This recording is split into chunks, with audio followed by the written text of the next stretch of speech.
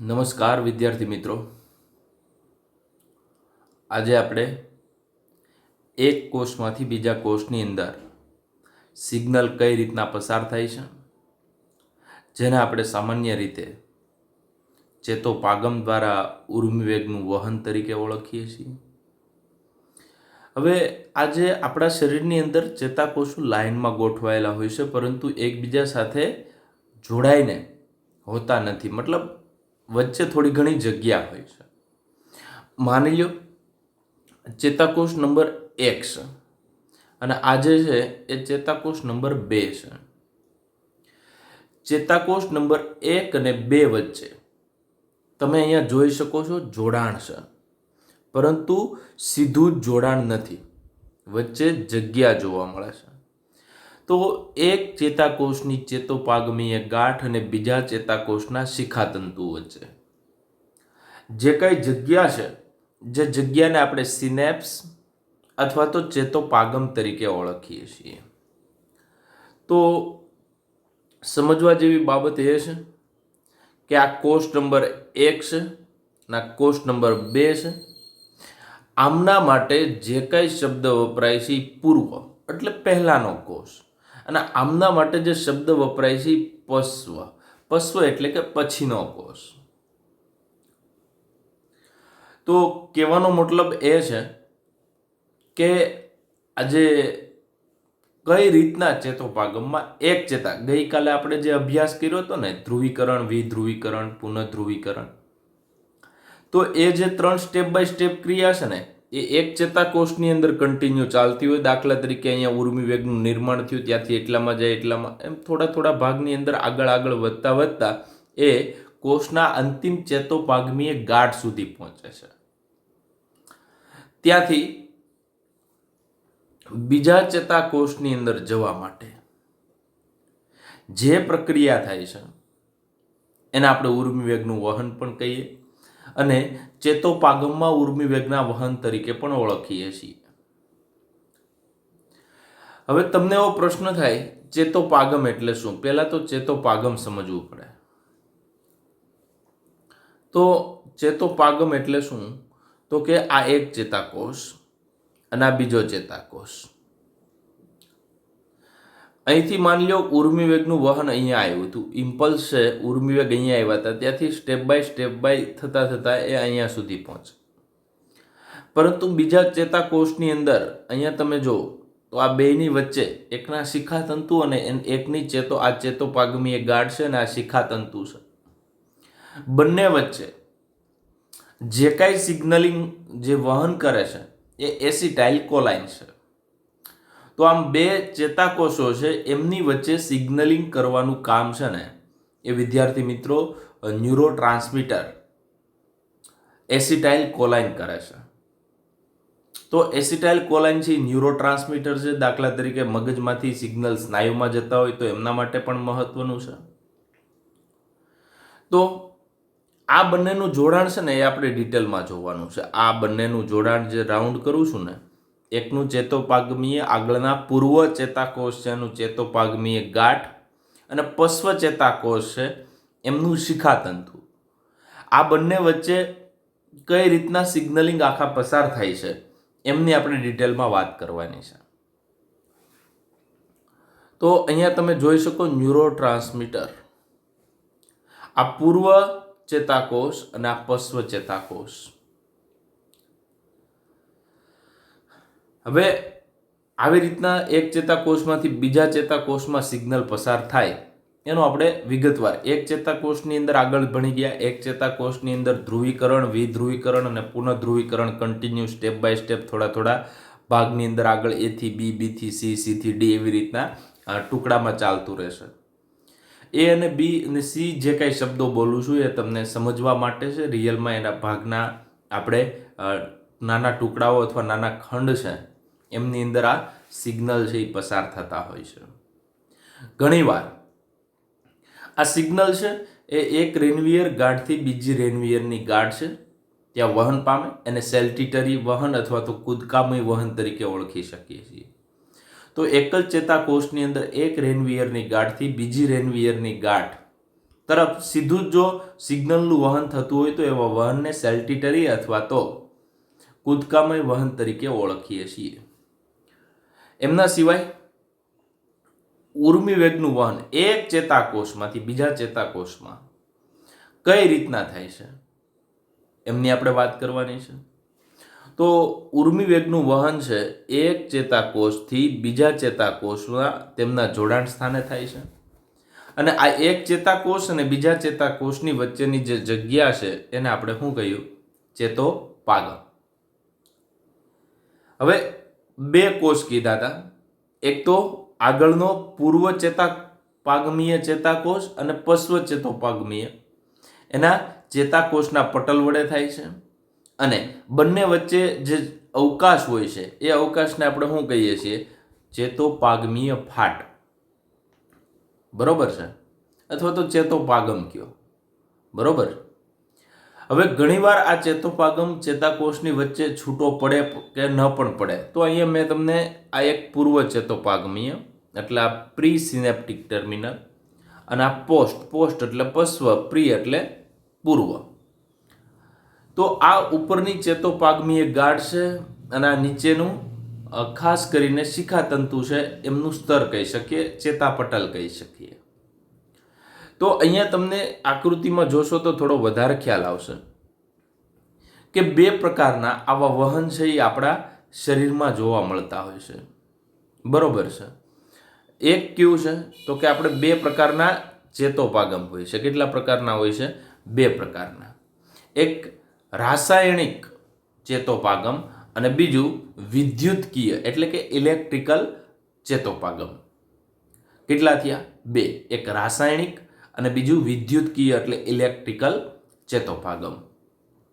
હવે ઇલેક્ટ્રિકલમાં તમે સિગ્નલ જોવો વ્યવસ્થિત, તો આ બંનેની વચ્ચે તમે જોશો તો તફાવત, તો આ પહેલો એ કરીને રાસાયણિક છે, બી કરીને વિદ્યુતકીય છે. પહેલા હું વાત કરું છું વિદ્યુતકીય. વિદ્યુતકીયમાં વચ્ચે જે છે ને ફાટ છે ને એમની અંદર જગ્યા ઓછી છે. ફાટ એટલે એક ચેતાકોષ અને બીજા ચેતાકોષ વચ્ચે જે જગ્યા છે ને એ એકદમ ઓછી છે. તો આ જગ્યા ઓછી છે, આ એક પોઈન્ટ. એટલે સામાન્ય રીતે એક જ ચેતાકોષની અંદર ઉર્મિવેગનું વહન થતું હશે ને, બરોબર? આ એક જ ચેતાકોષની અંદર અહીંયા ઉર્મિવેગનું વહન થતું હશે ને, એવું જ ઉર્મિવેગનું વહન આ ચેતોપાગમમાં થતું હશે. તો અહીંયા કોઈ ઇલેક્ટ્રિકલ એટલે સીધું જ એક ચેતાકોષમાંથી બીજા ચેતાકોષમાંથી સિગ્નલ પસાર થઈ જતા હોય, સીધું જ જોડાણ હોય, એક ચેતાકોષની અંદર પસાર થાય, બરોબર? એવી જ રીતના જો સિગ્નલ પસાર થતા હોય ડાયરેક્ટ, બરોબર છે, તો એને ઇલેક્ટ્રિકલ એટલે કે વિદ્યુતકીય ચેતોપાગમ તરીકે ઓળખીએ છીએ, જે ખૂબ જ ઝડપી હોય છે. અને આપણા મગજમાં આવા જે વિદ્યુતકીય ચેતોપાગમ છે ખૂબ જ ઓછા હોય છે, બરોબર? ખૂબ જ ઓછા પ્રકારના હોય છે. તો આ કોનો પ્રકાર પાડ્યો આપણે? વિદ્યુતકીયનો. હવે આપણે કોનો અભ્યાસ કરવાનો છે તો કે રાસાયણિક. રાસાયણિકમાં તમે જોશો તો માની લો, હવે તમને આ અંગ્રેજી શબ્દ થોડાક આવડતા હશે, બરોબર છે?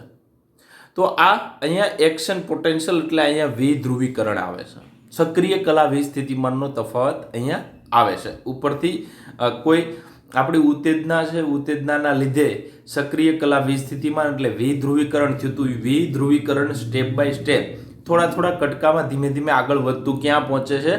ચેતોપાગમીય ગાંઠ સુધી પહોંચે છે. ચેતોપાગમીય ગાંઠ સુધી પહોંચે એટલે એમની અંદર ત્યાં આવે ને એટલે કેલ્શિયમ દાખલ થાય છે. ખૂબ જ વધારે પ્રમાણમાં શું દાખલ થાય છે? કેલ્શિયમ દાખલ થાય છે. કેલ્શિયમ દાખલ થાય છે પ્લસ આ જે ચેતોપાગમીય જે એટલો એરિયા છે, આ જે એરિયા છે એને શું કહેવાય તો કે ચેતોપાગમીય ગાંઠ કહેવાય. ગાંઠની અંદર આવી નાની નાની પુટિકા છે અને આ પુટિકા છે ને એ એસિટાઇલ કોલાઇન નામના ન્યુરોટ્રાન્સમીટર ચેતાપ્રેષક દ્રવ્યનું ભરેલું છે. હવે જ્યારે પણ કેલ્શિયમનું પ્રમાણ અહીંયા વધશે એટલે આ છે ને એ આ જે કલા છે, આ કલા એમના તરફ મૂવમેન્ટ કરશે. મૂવમેન્ટ કરી એટલે તમે જોઈ શકો કે અહીંથી આ જે કેલ્શિયમ આવ્યો એટલે અહીંયા મૂવમેન્ટ કરે છે અને કેલ્શિયમ ના લીધે પુટિકા પટલ તરફ આવીને પટલની અંદર અહીંયા તમે જોઈ શકો છો કે આ જે લાલ કલરના ટપકા દેખાય એસિટાઇલ કોલાઇન છે. તો એસિટાઇલ કોલાઇન છે એમનો શું કરે છે? સ્ત્રાવ કરે છે. તો શું થયું આખું? અહીંયા વિધ્રુવીકરણ આવે, વિધ્રુવીકરણ આવે ત્યારે કેલ્શિયમ અંદર આવે, કેલ્શિયમ અંદર આવે ત્યારે પુટિકા છે એમની ગતિ આ જે કલા છે મતલબ પટલ છે એમના તરફ થાય અને ત્યાં એસિટાઇલ કોલાઇન છે એમનો સ્ત્રાવ કરે છે. બીજી બાબત, આ એસિટાઇલ કોલાઇન છે એમના આ નીચે ગ્રાહીઓ હોય છે. ગ્રાહીઓ એવા હોય છે લોક એન્ડ કી મોડેલ પ્રમાણે. કહેવાનો મતલબ શું કે આજે લોક એન્ડ કી એટલે યોગ્ય તાળું યોગ્ય ચાવી વડે જ ખુલે. એમ આજે એસિટાઇલ કોલાઇન છે ને ગમે ત્યાં નથી જોડાતા. એમના જે ગ્રાહીઓ હોય છે જેને અંગ્રેજીમાં રિસેપ્ટર કહેવાય. તો આ જે રિસેપ્ટર છે એમનું નામ છે આયોનોટ્રોપિક રિસેપ્ટર. તો આ જે એસિટાઇલ કોલાઇન છે અહીંયા જોડાઈ ગયો. એસિટાઇલ કોલાઇન ત્યાં જોડાઈ ગયો એટલે અહીંયા જે પટલ છે ને આ જે પટલ એમની અંદર ફેરફાર કરે છે અને ફેરફાર કરે છે ત્યારે ફટાફટ અહીંયા શું દાખલ થાય છે? Na+. હવે Na+ દાખલ થયા એને આપણે કોના તરીકે ઓળખીએ છીએ? વિધ્રુવીકરણ. તો એક ચેતાકોષમાં અહીંયા જે વિધ્રુવીકરણ થતું હતું એ હવે ક્યાં આવી ગયું? અહીંયા આવી ગયું. તો આવા એક ચેતાકોષ અને બીજા ચેતાકોષની અંદર જે સિગ્નલ છે વહન કરવા માટે આ જે ખાસ ન્યુરોટ્રાન્સમીટર છે લાલ કલરના ટપકા છે એસિટાઇલ કોલાઇન જે એક પ્રકારનું રસાયણ છે અને રસાયણ ભાગ લે છે એટલા માટે આપણે એને કેમિકલ ચેતોપાગમ અથવા સિનેપ્સ અથવા તો રાસાયણિક ચેતોપાગમ તરીકે ઓળખીએ છીએ. અને અહીંયા વિદ્યુત જે રીતના સિગ્નલ ઝડપથી એક તારની અંદર જેવી રીતના પસાર થતો હોય છે, એક ચેતાકોષની અંદર જે ઉર્મિવેગ પસાર થાય છે એવી જ રીતના સેમ ટુ સેમ પસાર થાય છે. એટલા માટે આપણે એને શું કીધું? ઇલેક્ટ્રિકલ ચેતોપાગમ અથવા સિનેપ્સ. તો આ જે બાબત છે એ મહત્વની છે. હવે ખાસ પાછું આપણે આ પોઈન્ટ છે અને ડિટેલમાં મેં તમને બે પ્રકારના જો વચ્ચે જગ્યા હોય વધારે જગ્યા હોય તો એને આપણે રાસાયણિક, ઓછી જગ્યા હોય તો વિદ્યુતકીય, અહીંયા વધારે જગ્યા છે. એમના સિવાય સીધું જ એક કોષને સમાન જો ઉર્મિવેગનું વહન થતું હોય તો એને વિદ્યુતકીય કહેવાય, જે આપણા શરીરમાં ખૂબ જ ઓછા અથવા તો અલ્પ પ્રમાણમાં છે. જ્યારે રાસાયણિક સિનેપ્સ છે એમની વચ્ચે જે ચેતોપાગમ છે એમની વચ્ચે થોડી જગ્યા છે એ વધારે હોય છે, જે આપણા શરીરમાં ખૂબ જ વધારે પ્રમાણમાં. અને રાસાયણિક જે ચેતોપાગમ છે બરોબર છે એ આપણા શરીરમાં જ જોવા મળે છે અને ખાસ જે વિદ્યુતકીય કરતાં થોડું ધીમું છે. આ મેઇન એમના તફાવત છે. હવે અહીંયા આ જે સિગ્નલ રાસાયણિકમાં એક કોષમાંથી બીજા કોષમાંથી પસાર થાય તો એમાં અવરોધક પણ હોય અને અહીંયા ખાસ કરીને અવરોધક હોતા નથી. ટૂંકમાં ગાડી હોય તો એને બ્રેક હોય છે, એમ આજે રાસાયણિક ચેતોપાગમ છે એમની અંદર બ્રેક પણ લાગી શકે, આજે સિગ્નલ અટકી પણ શકે, પરંતુ ઇલેક્ટ્રિકલમાં એવું ક્યાંય અટકી શકે નહીં. બીજી બાબત, હવે તમે ઘણીવાર સાંભળ્યું છે નાજા મતલબ કોબ્રા છે ને એ ખાસ કરીને ન્યુરોટોક્સિન મગજને અસર કરતું અથવા તો ચેતાતંત્રને અસર કરતું ઝેર પેદા કરે છે. તો તમને ઘણીવાર ખબર હશે કે જેને સાપ કરડ્યો હોય મતલબ બાઇટ કર્યો હોય તો એ કેસની અંદર કોબ્રા જેને કરડે છે ત્યારે ખાસ ઝેર શરીરની અંદર દાખલ કરે છે.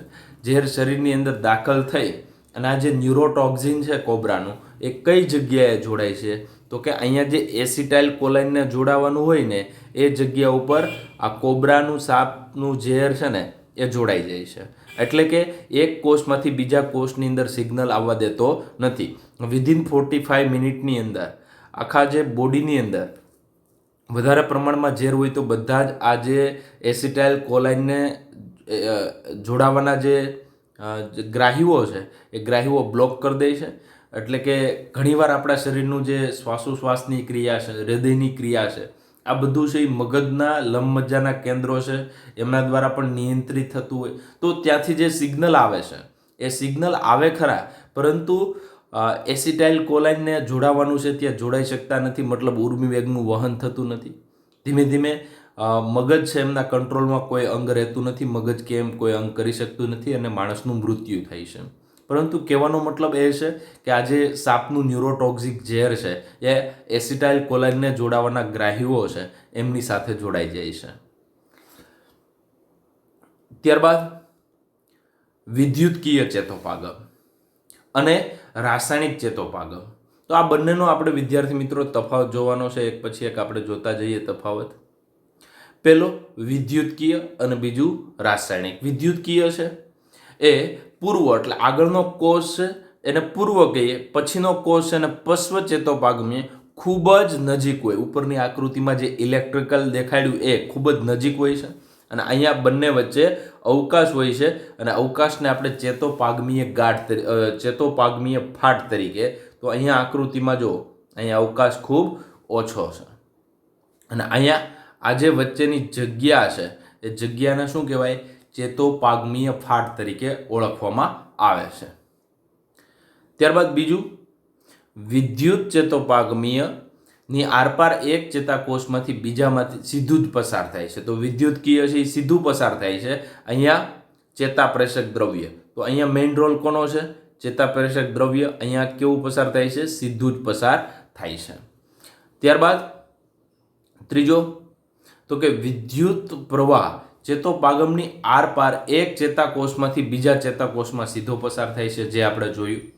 પરંતુ અહીંયા જો ચેતોપાગમીયની આરપાર એક ચેતાકોષમાંથી બીજા ચેતાકોષ એમની અંદર સીધો પસાર થતો નથી, એમ કે વચ્ચે સિગ્નલિંગ આવે. એસિટાઇલ કોલાઇનનો ફાળો છે, વિદ્યુતકીયમાં એસિટાઇલ કોલાઇન એમનો ફાળો નથી.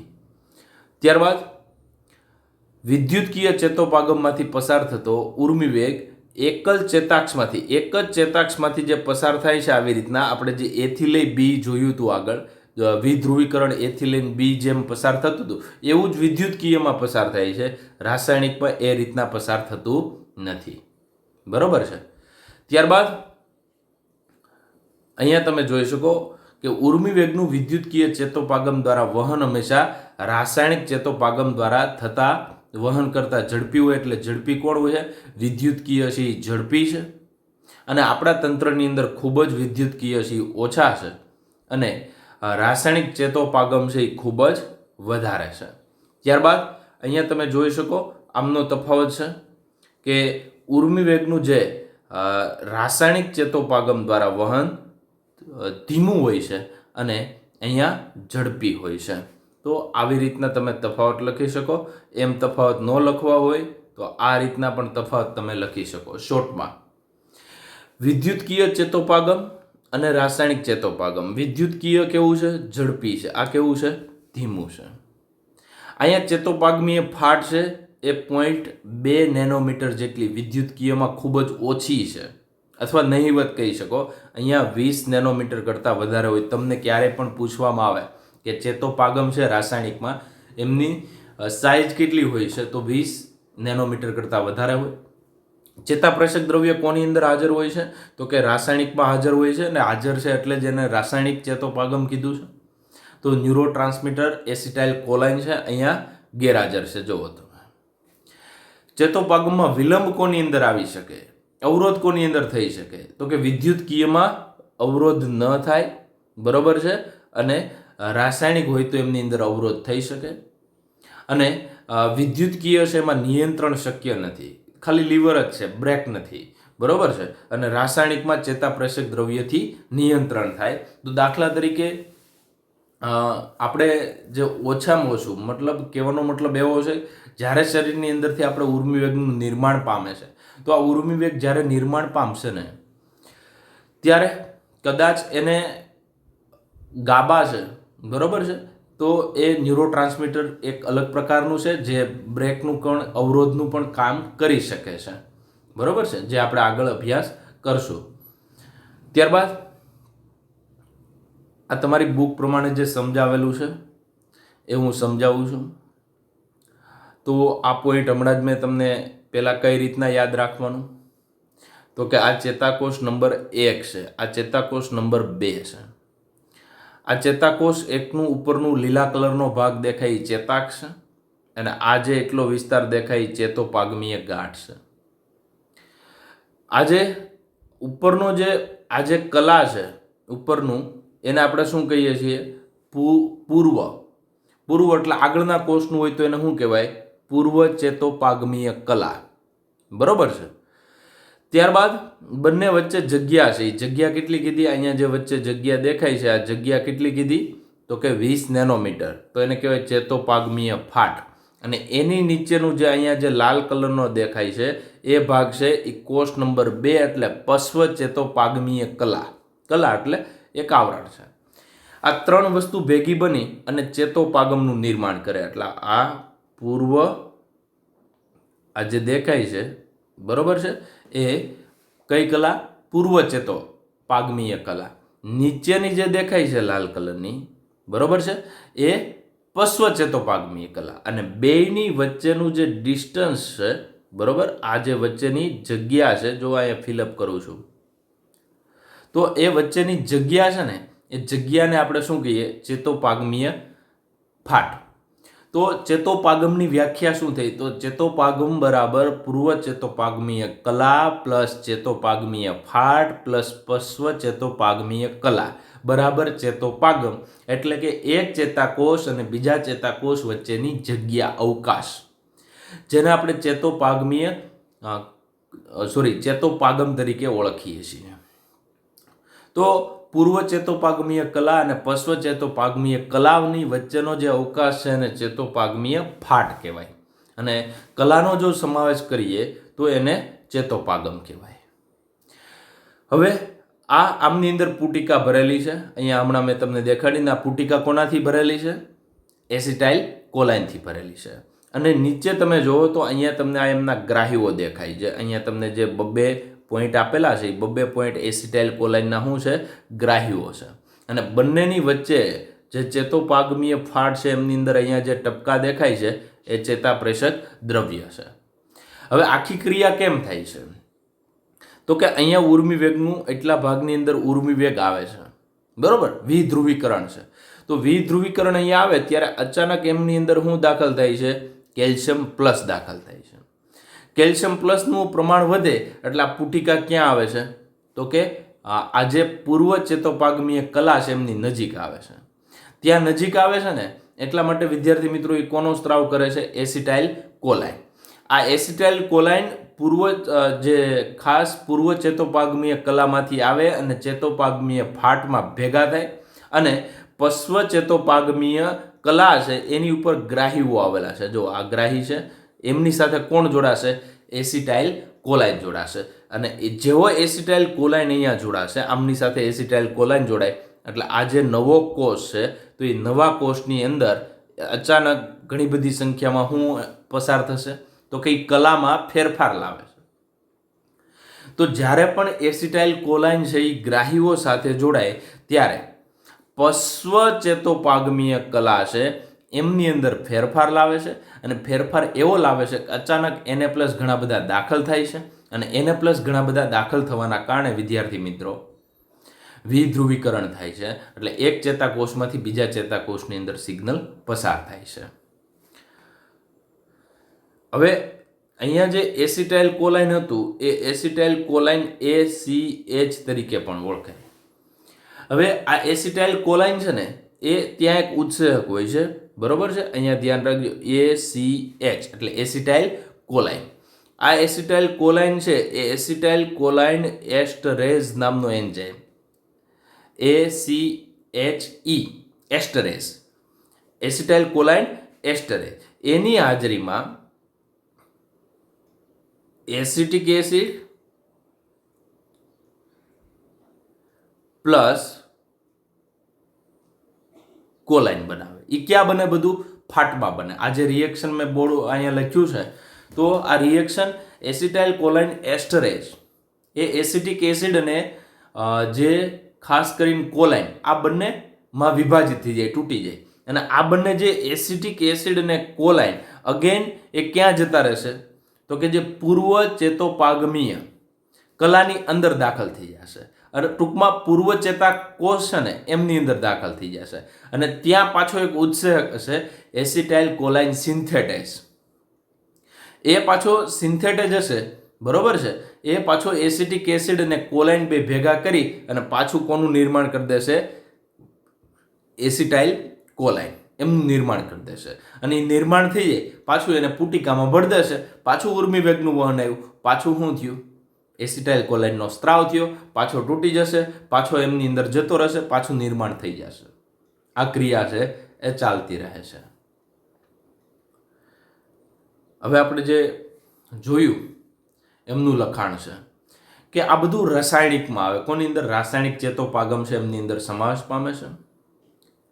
તો ચેતાક્ષના અંતિમ ભાગ ચેતાપ્રેષક દ્રવ્યથી પુટિકા ધરાવે છે.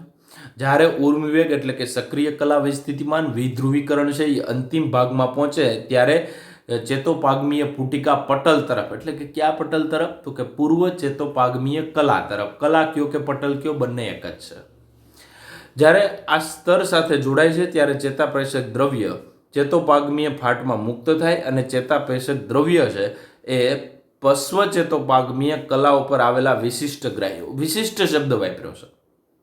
તો આ ગ્રાહીઓ સાથે ફક્ત અને ફક્ત એસિટાઇલ કોલાઇન જોડાઈ શકે, બીજું કોઈ ન જોડાઈ શકે. એટલા માટે કયો શબ્દ વાપર્યો? વિશિષ્ટ ગ્રાહીઓ અથવા ગ્રાહકો, રિસેપ્ટર. આ આયન માર્ગો, આ જે બેનું જોડાણ થયું એસિટાઇલ કોલાઇન અને ગ્રાહીઓ, જેના કારણે આયન માર્ગો ખુલે અને આયન માર્ગો ખુલે એટલે ખાસ Na+ દાખલ થાય, એટલે એક કોષમાંથી બીજા કોષમાં વિધ્રુવીકરણ થાય છે, જે પશ્વ ચેતોપાગમીય કોષમાં નવા વીજ સ્થિતિમાનનું નિર્માણ કરે. આ કેવું હોઈ શકે? કાં તો ઉત્તેજનાત્મક હોઈ શકે અથવા તો અવરોધનાત્મક, એટલે એક આ જે બીજા કોષને ઉત્તેજે પણ ખરા અને એને કામ કરતો પણ અટકાવે, બંને હોઈ શકે. આ એ જ ક્રિયા છે. પાછી તમને વ્યવસ્થિત સમજાય એટલે અહીંયા તમે જોઈ શકો, આ પ્રી સિનેપ્ટિક એટલે પૂર્વ અને અહીંયા પોસ્ટ લખેલું છે, બરોબર? તો આ જે પોસ્ટનો ભાગ છે, તો પોસ્ટવાળો ભાગ છે એ કોણ? પશ્વ. અહીંયા 9 ઇમ્પલ્સ વિધ્રુવીકરણ આવ્યું એટલે અહીંયા કોણ દાખલ થયા? Calcium plus. કેલ્શિયમ પ્લસ દાખલ થયા એટલે પુટિકાની ગતિ ક્યાં કરાવશે? તો કે પુટિકાની ગતિ તમને 3 નંબર ઉપર દેખાય છે, આ કલા તરફ. આ કલા છે, બરોબર છે? અને હવે આ કલા છે એમની અંદરથી આ જે તમને બ્રાઉન કલરના ટપકા દેખાય છે એ ખાસ યાદ રાખજો, એ એસિટાઇલ કોલાઇન છે. એસિટાઇલ કોલાઇનના કારણે અહીંયા તમે જોઈ શકો એ કલામાં ફેરફાર આવે એટલે Na+ છે એ દાખલ થાય છે અને નવા વીજ સ્થિતિમાન છે એમનું નિર્માણ કરે છે. તો આ એક ચેતાકોષ એટલે ઉપરનો ભાગ છે એક ચેતાકોષ અને આ બીજો ચેતાકોષ. તો આવી રીતના 2 ચેતાકોષ આવી રીતના જે જોડાય છે, બરોબર, એમની વચ્ચે 3 મતલબ ચેતોપાગમ. ચેતોપાગ એટલે ઉપરની કલા, નીચેની કલા અને વચ્ચેની જગ્યા, ચેતોપાગમીય ફાટ. આ ત્રણેય બરાબર એક ચેતોપાગમ થાય છે. ત્યારબાદ મધ્યસ્થ ચેતાતંત્ર. હવે મધ્યસ્થ ચેતાતંત્ર એટલે મગજ અને કરોડરજ્જુ. એમનું મુખ્ય કાર્ય ઓર્ડર એન્ડ કંટ્રોલ, આદેશ અને નિયંત્રણનો છે. તો આપણી જે કાંઈ માહિતી છે એ બધી જ માહિતીનું એનાલિસિસ કોણ કરે છે? પૃથ્થકરણ કોણ કરે છે? તો કે સેન્ટ્રલ નર્વસ સિસ્ટમ, મગજ અને કરોડરજ્જુ કરે છે. તો શોર્ટ ક્વેશ્ચન માટે યાદ રાખજો, મધ્યસ્થ ચેતાતંત્ર છે એનું મુખ્ય કામ આદેશ અને નિયંત્રણનું છે. આ પહેલો પોઈન્ટ. બીજો પોઈન્ટ, ટોટલ એના કાર્યો જોઈએ. મગજ અને કરોડરજ્જુના કાર્ય તો એચ્છિક હલનચલન. એચ્છિક હલનચલન એટલે આપણે ઈચ્છા પ્રમાણે હાથ અને પગની મૂવમેન્ટ કરાવીએ છીએ તો એને એચ્છિક હલનચલન કહેવાય. ત્યારબાદ આપણે ઊભા હોઈએ ત્યારે પડી ન જતા, મતલબ આપણા શરીરનું જે સમતોલન છે, આ બધા કામ છે ને મગજ હોય ને તો થાય, બરોબર છે? તો એચ્છિક હલનચલન છે ને ઈચ્છા પ્રમાણેનું કામ, મતલબ હાથની મૂવમેન્ટ છે, જીભની હોય કે પછી પગની મૂવમેન્ટ હોય, પગના સ્નાયુ ઈચ્છા પ્રમાણે ક્યારે થઈ શકે? તો ઈચ્છા પ્રમાણે થાય તો મગજ અને કરોડરજ્જુ વ્યવસ્થિત કામ કરતા હોય છે. તો આ મગજના અને કરોડરજ્જુના કાર્યો કહી શકાય. એમાં પણ મગજના ખાસ એચ્છિક હલનચલન. ત્યારબાદ શરીરનું સમતોલન. શરીરનું સમતોલન એટલે એમાં તમને ખબર, શરીરનું બેલેન્સ. ત્યારબાદ અનૈચ્છિક અંગોના કાર્ય, જે આપણી ઈચ્છા પ્રમાણે નથી અંગો કામ કરતા, એ અંગોના કામ, દાખલા તરીકે ફેફસા, હૃદય, મૂત્રપિંડ, આ એમનું કામ કર્યા જ કરે છે. એ કોઈ દિવસ ના નહીં પડતા કે હું આ કામ નહીં કરું, બરોબર છે? તો એનું કંટ્રોલ કોણ કરે છે? મગજ કરે છે. પણ આપને ખબર હોતી નથી એમ કંટ્રોલ થાય છે, એટલા માટે આપણે અનૈચ્છિક અંગોના કાર્ય તરીકે ઓળખીએ છીએ. ત્યારબાદ ઉષ્ણતા નિયમન, આપણા શરીરના તાપમાનનું નિયમન કરે છે, બરોબર છે. 37°C ફિક્સ રાખવાનું કામ છે ને એ મગજ કરે છે. ત્યારબાદ ભૂખ તરસ, શરીરમાં 24 કલાકની લયબદ્ધતા. તમને ખબર છે દરરોજ રાત્રે તમે 10 વાગે સુતા 10 વાગે નીંદર આવી જાય છે અથવા નીંદર આવવાનું શરૂ થઈ જાય, તો એ 24 કલાકની લયબદ્ધતા છે. બપોરે 12 વાગે દરરોજ 12 વાગે ખાતા હો તો 12 વાગે તમને ભૂખ લાગે છે, બરોબર છે. તો ભૂખ અને તરસ અને 24 કલાકની લયબદ્ધતા, આ બધું જાળવવાનું કામ સેન્ટ્રલ નર્વસ સિસ્ટમનું છે. એમના સિવાય આપણી અંતસ્ત્રાવી ગ્રંથિ અને માનવ વર્તુણક, જો મગજ ન હોય તો માનવ વર્તુણક કેવી થાય એ તમને ખબર છે. તો આ બધું જ છે એ મગજ સાથે જોડાયેલું છે. તો અંતસ્ત્રાવી ગ્રંથિની ક્રિયાઓ હોય, દાખલા તરીકે તમને ખબર છે આપણા શરીરની મુખ્ય અંતસ્ત્રાવી ગ્રંથિ છે ને એ પિચ્યુટરી ગ્રંથિ છે, અને પિચ્યુટરી ગ્રંથિ એ બાકીની બધી જ ગ્રંથિઓ છે એમનું વ્યવસ્થિત રીતે કંટ્રોલ કરે છે. પ્રમુખ અંતસ્ત્રાવી ગ્રંથિ બરાબર પિચ્યુટરી ગ્રંથિ, અને પિચ્યુટરી ગ્રંથિ છે બાકીની બધી ગ્રંથિનું નિયમન કરે છે. અને પિચ્યુટરી છે એ સેન્ટ્રલ નર્વસ સિસ્ટમનો ભાગ કહી શકાય, મગજનો ભાગ કહી શકાય. એમના સિવાય આપણા શરીરમાં જોવાની એટલે કે દ્રષ્ટિની, સાંભળવાની, બોલવાની, યાદશક્તિ, બુદ્ધિમત્તા, લાગણી અને વિચારોના જે કેન્દ્ર છે એ બધા જ કેન્દ્રો મગજમાં આવેલા છે ને એ પ્રક્રિયા કરે છે, એટલે આપને બધી ખબર પડે છે. તો આ બધું જો યોગ્ય ચાલતું હોય ને તો એનો મતલબ એવો થયો કે ચેતાતંત્ર છે એ વ્યવસ્થિત રીતે કામ કરે છે, બરાબર છે. તો ભૂખ અને તરસ, ખાસ કરીને આગળ આપણે જોશું તાપમાન, પણ બધા ભાગ છે ને એ મગજના એક જ ભાગ બધા કામ કરે એવું નથી. જે હાઇપોથેલેમસ છે તો એ તાપમાન નિયમન સાથે જોડાયેલું છે. પિચ્યુટરી ગ્રંથિ છે અંતસ્ત્રાવી ગ્રંથિ અને વર્તુણક આપણી કેવા પ્રકારની, એમના જે અંતસ્ત્રાવો છે એ બધાનું નિયંત્રણ કરે. ત્યારબાદ આ જે મગજ છે એમની અંદર પણ અલગ અલગ પ્રકારના ભાગ છે.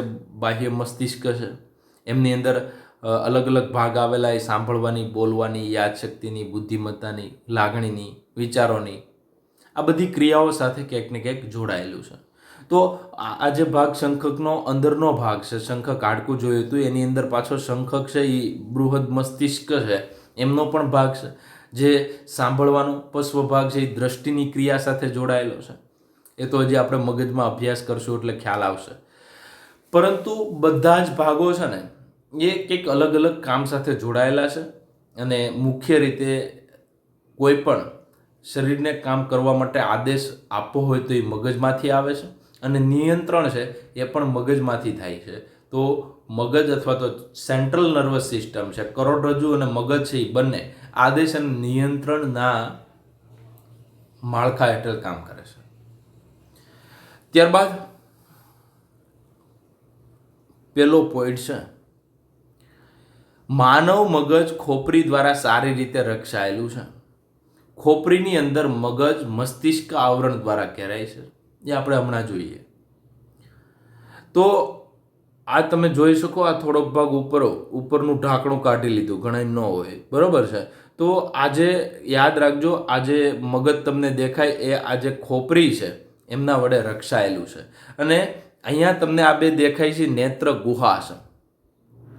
નેત્ર ગુહા એટલે આ પોલાણ જે આંખ અંદર આવેલી છે એ, હવે આંખ અંદર આવેલી છે ને એટલે રક્ષાયેલી છે, બાકી કેટલી વાર આપણે ફોડી નાખી હોય હાવ દેશી ભાષામાં, બરોબર છે. એટલે ભગવાને આવા જે મહત્વના અંગો છે ને એને વ્યવસ્થિત રક્ષણ આપ્યું છે, હાડકા વડે રક્ષણ આપ્યું છે. તો મગજ છે એ ખોપરી વડે રક્ષાયેલું છે, અને ખોપરી છે બરોબર અલગ અલગ હાડકાઓની બનેલી છે, પણ અચલ પ્રકારના સાંધાઓ ધરાવે છે. ત્યારબાદ હવે બહુ સિમ્પલ વસ્તુ વાત કરું છું, સમજાવવા માગું છું કે પહેલાં તો અહીંયા ચામડી હોય છે. અહીંયા ઉપર આખા મગજની વાત કરીએ ને, બરાબર, આપણે ડિટેલમાં અભ્યાસ કરવો છે. તો પહેલાં સૌપ્રથમ ચામડી આવે. જો સ્કિનમાં તો ખબર પડે, મતલબ ઉપર ચામડી આવે ને ચામડી ઉપર ખાસ કરીને વાળ જોવા મળે. વાળ પણ છે ને એ ખોપરીને રક્ષણ આપવાનું જ કામ કરે છે.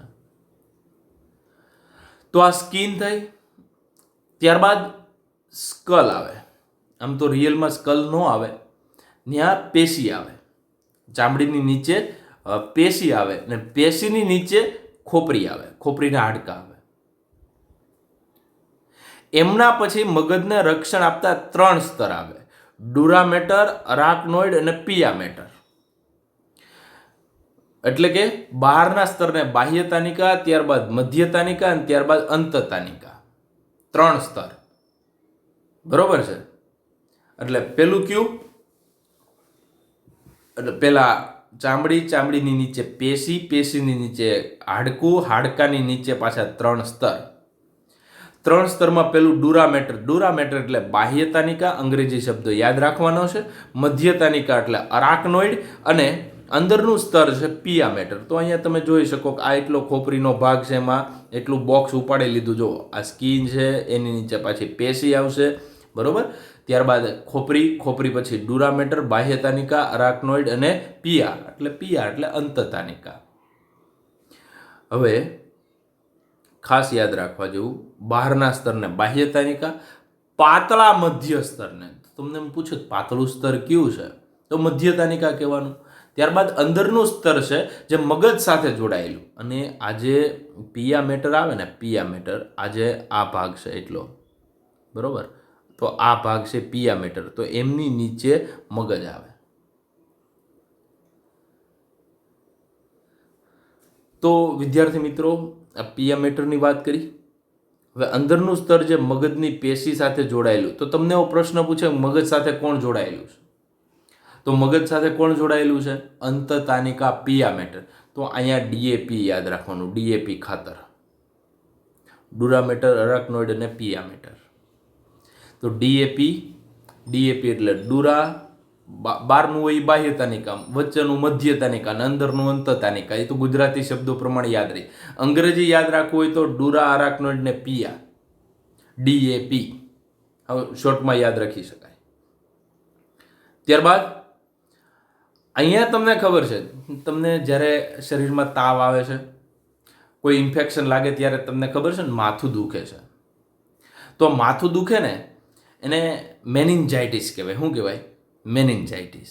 એટલે મેનિન્જ એટલે રિયલમાં આ જે 3 સ્તર છે ને, ડુરામેટર, અરાકનોઇડ અને પિયામેટર, આ 3 સ્તરને સામૂહિક રીતે મેનિન્જ એટલે કે મસ્તિષ્ક આવરણ તરીકે ઓળખવામાં આવે.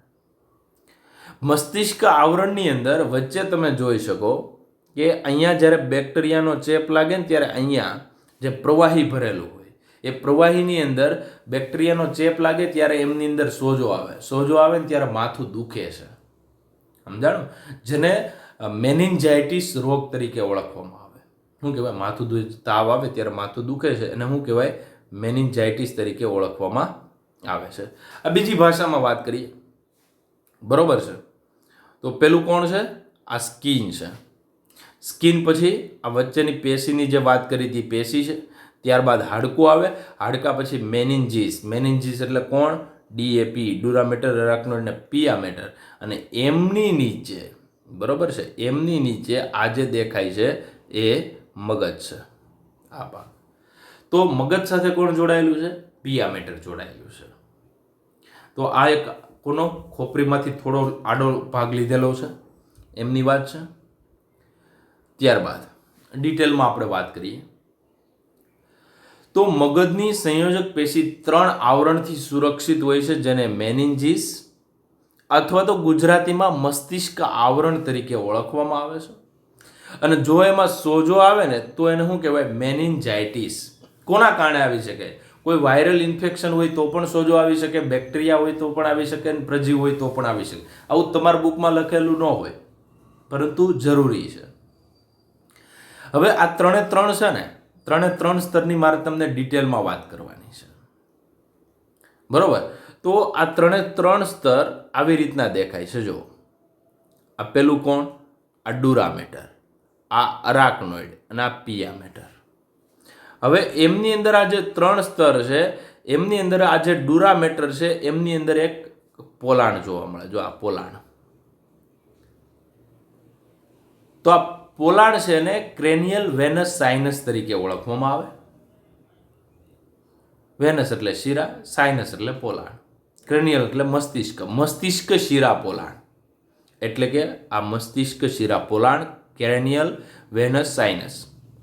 એની સાથે અરાકનોઇડ વિલી એટલે કે મધ્ય તાનિકાના રસાંકુરો, થોડોક બહાર નીકળેલો પ્રવર્ત હોય એને એ જો એમની સાથે વ્યવસ્થિત તમે જોશો ને તો આ ભાગ આવી રીતના ટચ થયેલો છે, તો એને આપણે મધ્ય તાનિકા રસાંકુરો કહીએ છીએ. અને આ જે બંનેની વચ્ચે આ બે વચ્ચે જગ્યા છે, જો તો આ બંને વચ્ચે અરાકનોઇડ અને પિયા મેટર છે, વચ્ચે જગ્યા છે, એને શું કહેવાય? સબ અરાકનોઇડ સ્પેસ, એટલે કે અરાકનોઇડ એટલે કે મધ્ય તાનિકા અને અંતતાનિકા વચ્ચેની જગ્યા. અને ત્યારબાદ એમની નીચે અહીંયા જે ખાસ કરીને મગજ ગોઠવાયેલું હોય છે, તો અહીંયા મગજ ગોઠવાયેલું છે નીચે, જરા લાલ કલરનું બોક્સ કર્યું એ મગજનો ભાગ છે. મગજની અંદર કોણ? તો કે અંતતાનિકા છે, એ વ્યવસ્થિત ગોઠવાયેલું છે. આપણે 3 સ્તરની વાત કરવી છે. સૌથી બહારનું આવરણ છે એ બાહ્ય તાનિકા છે, સૌથી જાડું છે, મજબૂત છે અને મગજની ફરતે આવેલું છે. તે બહારની બાજુ છે એટલે જે મસ્તક છે એમના અસ્થિઓ અને તંતુ સાથે કોલાજન તંતુથી જોડાયેલું છે. કયા તંતુથી? કોલાજન. કોલાજન એવા તંતુ છે કે આપણા શરીરમાં સૌથી વધારે જોડાયેલા છે ને જોડવાનું કામ કરે છે, આવેલા છે. આપણા શરીરમાં સૌથી વધારે કોલાજન તંતુ આવેલા છે અને આવી રીતના એકબીજા કોષને જોડવાનું કામ કરે છે. ત્યારબાદ અહીંયા તમે જોશો તો મેં તમને શું કીધું? અરાકનોઇડ. અરાકનોઇડ એટલે કોણ? મધ્ય તાનિકા. મધ્યમાં આવેલું પાતળું લસીલું સ્તર છે, ફક્ત ને ફક્ત સસ્તનમાં જ હાજર છે, કેશિકા વિહીન છે, એટલે કોઈ કેશિકા જોવા મળતી નથી. પરંતુ યાદ રાખજો, આજે મસ્તિષ્ક શિરાકોટર એટલે ક્રેનિયલ વેનસ સાઇનસ સાથે ગળીમય રચના બનાવે અને ત્યાં જે અહીંયા જે ઉપસેલો ભાગ છે એને અરાકનોઇડ વિલી એટલે મધ્ય તાનિકા રસાંકુર કહે છે. આ રસાંકુર મધ્ય તાનિકાના અવકાશથી મસ્તિષ્ક મેરુજળ, તો આપણે એવું કહીએ કે મગજની અંદર જે પ્રવાહી ભરેલું હોય 150 ml જેટલું, તો એને આપણે મસ્તિષ્ક મેરુજળ કહીએ. તો આ જે મસ્તિષ્ક મેરુજળ છે ને એમનું શોષણ કરવાનું કામ આ મસ્તિષ્ક કોટરમાં, એટલે અહીંયા શબ્દ વાપર્યો છે કઈ રીતના એ આપણે હમણાં જ મસ્તિષ્ક મેરુજળની વાત કરીએ. તો રસાંકુર મધ્ય તાનિકાના અવકાશમાંથી મસ્તિષ્ક મેરુજળનું પુનઃશોષણ કરી મસ્તિષ્ક શિરાકોટરમાં મોકલે છે. તો આ રસાંકુર છે ને, રસાંકુર એટલે આ કયા રસાંકુર? તો કે અરાકનોઇડ વિલી એ અવકાશમાંથી અહીંથી જે કાંઈ ખાસ અહીંયા જે લાલ કલરના ટપકા દેખાડું ત્યાં મસ્તિષ્ક મેરુજળ ભરેલું છે એમને પુનઃશોષણ કરી અને ક્યાં મોકલે છે? ઉપરના કોટરમાં મોકલે છે. ત્યારબાદ અંતતાનિકા એટલે કયો ભાગ? તો કે આ પિયા મેટર, આ ભાગ. તો એક પાતળું સૌથી અંદરનું પારદર્શક. તો તમને પૂછે પાતળું કોણ? તો તમારા રીતે તમારી બુક પ્રમાણે બાહ્ય તાનિકા લખ્યું છે પાતળામાં. રુધિરકેશિકા ઘટજાળ મધ્ય તાનિકાનો અમુક ભાગ. અને અહીંયા જે ખાસ કરીને મગજનું જે બાહ્ય મસ્તિષ્ક છે, તો મગજની ફરતી બાજુનો ભાગ છે અને બાહ્ય મસ્તિષ્ક કહેવાય. એમની અંદર સલકાઈ, ગાયરી ઘણું બધું આવેલું હોય. એમાં સલકાઈ છે એમની સાથે જોડાય છે. એ સલકાઈ અને ગાયરી આગળ મગજનું ભણશું ત્યારે ખબર પડશે, અત્યારે ખબર પડશે નહીં. હવે ખાસ ધ્યાન રાખજો, બાહ્ય તાનિકા અને મધ્ય તાનિકા વચ્ચે અવકાશને અધોબાહ્ય તાનિકા અવકાશ કહેવાય. બાહ્ય તાનિકા અને ખોપરી વચ્ચે પાછો અવકાશ ન હોય, પરંતુ બાહ્ય તાનિકા અને મધ્ય તાનિકા છે એમની વચ્ચે અવકાશ હોય છે અને એને અધોબાહ્ય તાનિકા અવકાશ તરીકે ઓળખવામાં આવે છે. અને આજે મસ્તિષ્ક મેરુજળ એટલે કે તમને ખબર છે કરોડરજ્જુનું પોલાણ કયો કે મગજનું પોલાણ કયો, મતલબ વચ્ચેની જગ્યા મસ્તિષ્ક આવરણની વચ્ચે જે પ્રવાહી ભરેલું હોય ને એને મસ્તિષ્ક મેરુજળ કહેવાય. એને અંગ્રેજીમાં સેરેબ્રો સ્પાઇનલ ફ્લુઇડ કહેવાય. જો મગજની અંદર કે ખામી કે આજે ચેક કરવાનું હોય તો સેરેબ્રો સ્પાઇનલ ફ્લુઇડ છે એમને ટેસ્ટ માટે લેવામાં આવે છે.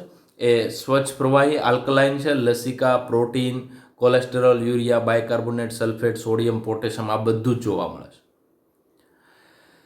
અને પ્રોટીન અને કોલેસ્ટેરોલની સાંદ્રતા થોડી વધારે હોય છે. બીજી બાબત, આજે પુખ્ત વ્યક્તિમાં 24 કલાકમાં 500 ml મસ્તિષ્ક મેરુજળ નિર્માણ પામે. નિર્માણ ભલે 500 ml પામે, પરંતુ આજે મધ્ય તાનિકા રસાંકુરો જે તમને કીધા હતા એમના દ્વારા શોષણ પામે. અને મસ્તિષ્ક મેરુજળનું કુલ પ્રમાણ કેટલું હોય છે? 150 ml. બાકીનું 350 ml છે એમનું શોષણ થઈ જાય છે. કોના દ્વારા? મધ્ય તાનિકા રસાંકુરો. એટલે મધ્ય તાનિકા રસાંકુરો એટલે ક્યાં? તો કે આ જે ભાગ છે આ મધ્ય તાનિકા રસાંકુરો. તો આ મધ્ય તાનિકાનું સ્તર થયું. આ મધ્ય તાનિકા એના બધા રસાંકુરો થયા અને એમના દ્વારા શું થાય છે? શોષણ પામે છે. મસ્તિષ્ક મેરુજળ, મસ્તિષ્ક ગુહા એટલે મગજનું પોલાણ, કરોડરજ્જુની અધોમધ્ય તાનિકા. હવે અધોમધ્ય તાનિકાની વચ્ચે જોવા મળે છે. તો મગજની અધોમધ્ય તાનિકા એટલે કે અધો બાહ્ય તાનિકા છે. બરોબર છે. તો શબ્દ રાખજો, મધ્યસ્તર અને જે અંતતાનિકા અને બાહ્ય તાનિકા, મધ્ય તાનિકા અને અંતતાનિકા એમની વચ્ચે મસ્તિષ્ક મેરુ જળ છે એ ભરેલું હોય છે. અને ઘણીવાર પાર્શ્વ મસ્તિષ્ક ગુહા રુધિર કેશિકાના ઝાડામાં ઓછા પ્રમાણમાં ત્રીજી અને ચોથી, એ અત્યારે ખબર નહીં પડે, નેક્સ્ટ લેક્ચરમાં જોશું ત્યારે પાછું યાદ કરાવીશ. હવે કદાચ કોઈ તપાસ માટે ત્રિક જે લંબર આપણે જે કશેરુકા હતી, કશેરુકાની વચ્ચે એક મોટું ઇન્જેક્શન મારવામાં આવે અને ત્યાંથી આ પ્રવાહી છે એમનું શોષણ કરવામાં આવે. તો લંબરની ત્રીજી અને ચોથી કશેરુકાના વિસ્તારમાંથી ઇન્જેક્શન મારી અને આ જે સેરેબ્રોસ્પાઇનલ ફ્લુઇડ એટલે કે મસ્તિષ્ક મેરુ જળ છે એમને લેવામાં આવે છે અને યોગ્ય જો મગજ કે બીજા કોઈ વિસ્તારની અંદર કંઈ ખામી હોય તો એમની તપાસ કરવામાં આવે છે. તો મસ્તિષ્ક મેરુ જળ છે ઉપરનો પોઈન્ટ છે નીટ માટે છે. પહેલાં તમારી ટેક્સ્ટ બુકનું કરજો, પછી નીટનું કરજો. બરાબર છે. તો આ જે કંઈ પોઈન્ટ છે આ બધા પોઈન્ટ થોડા ઘણા વધારે હું તમને ડિટેલમાં કહું છું. નેક્સ્ટ લેક્ચરની અંદર આપણે ટોટલ મગજ છે, અગ્ર મગજ, મધ્ય મગજ અને પશ્વ મગજ છે એ ટોટલ મગજ એક લેક્ચરની અંદર પૂરા કરવાના છે. એટલે ખાસ તમને ટાઈમ મળે તો અગાઉ એડવાન્સમાં એકવાર વાંચી લેવું. અગ્ર મગજ, બરાબર છે, મધ્ય મગજ અને પશ્વ મગજ એમ ત્રણેય મગજ છે એમની આપણે વાત કરવાની છે. Thank you.